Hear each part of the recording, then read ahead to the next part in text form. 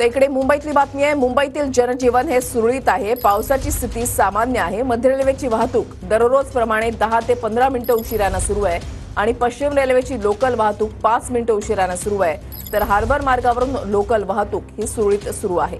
पालिका क्षेत्रातील सर्व शाळा आणि महाविद्यालय आज सुरू राहणार आहेत। विशाल पाटील आमचे प्रतिनिधी अपडेट्स देतील। विशाल,